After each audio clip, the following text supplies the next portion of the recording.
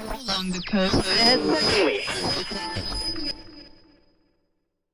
Whether you meet someone for 30 seconds or you meet someone for 3 years, you want to be someone that adds and multiplies in their life and not divides and subtracts. That should be your whole goal.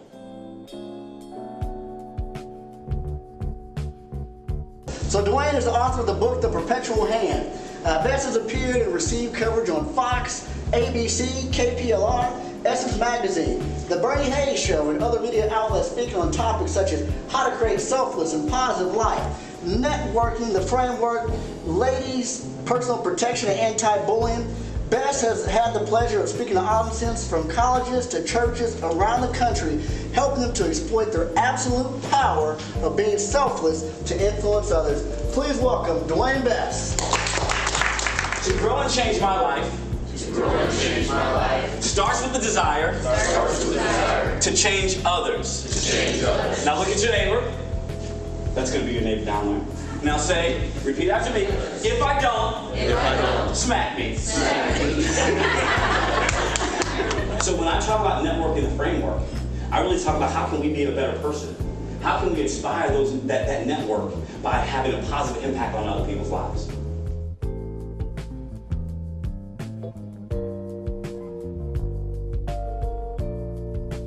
That 7% of leadership success is due to intellect, which means the other 93% results from trust, integrity, honesty, authenticity, creativity, presence, and resilience. Great leaders that you know of in your life, what separates you from them? Because these are attributes that we can all attain. These are in our fabric as humans, as just being a good human. We can all be honest. That's a decision. We can all be trustworthy. We can all have integrity.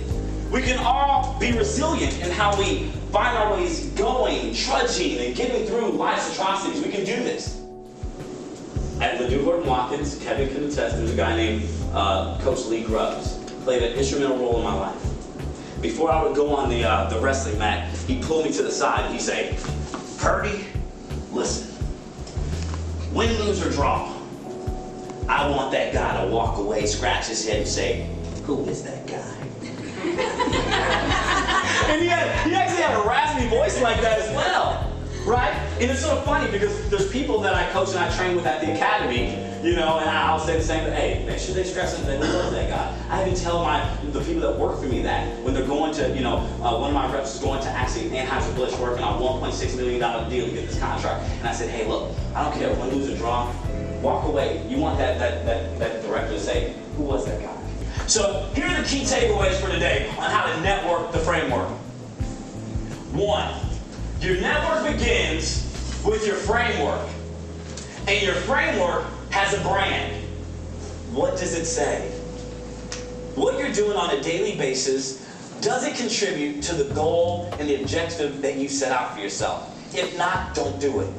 Time is precious. People follow those who are consistent over time.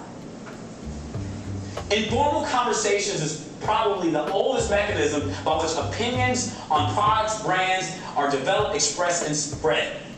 Just like that guy in the cab. You don't know. Human interaction, that basic human interaction that we have, can be the greatest network. Let's utilize it. 3, position yourself as a center of influence. The one who knows the movers and shakers. People respond to that, and you'll soon see what you project. See, when we say there's that delta, right? My boss always says to me, okay, Dwayne, if you want to be a VP, you have to run your division, but you have to act part of the VP right now. I'm like, I don't know if I can find time. Well, you must not want to be a VP. You have to have that mentality already, whatever you're trying to do. If you want to be a business owner, you have to act that part. You have to start that transition. You have to start living it. And last, the successful networks I know, the ones receiving a ton of referrals and feeling truly happy about themselves, continually put other people's needs ahead of their own. So repeat after me. To grow and change my life That was weak. To grow and change my life starts with the desire to change others. If I don't, smack me. Thank you. Thank you.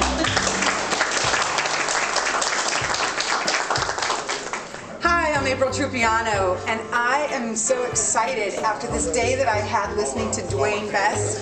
Oh my gosh. What I loved about his presentation, among a lot of other things, was that he was engaging, entertaining, he kept me laughing, he kept me on my toes, and he said some things that were really pertinent. And one of the things that really struck me was when he talked about how a lot of times we make the mistake of going into a relationship looking for what we're going to get out of it, instead of looking at a relationship as a place to give. A relationship is a place where we can, give to the other person. I really appreciate some of the teaching that was given today. Particularly, I enjoyed Mr. Bess, and one key point that he pointed out is do not depreciate in terms of your leadership ability and your knowledge base.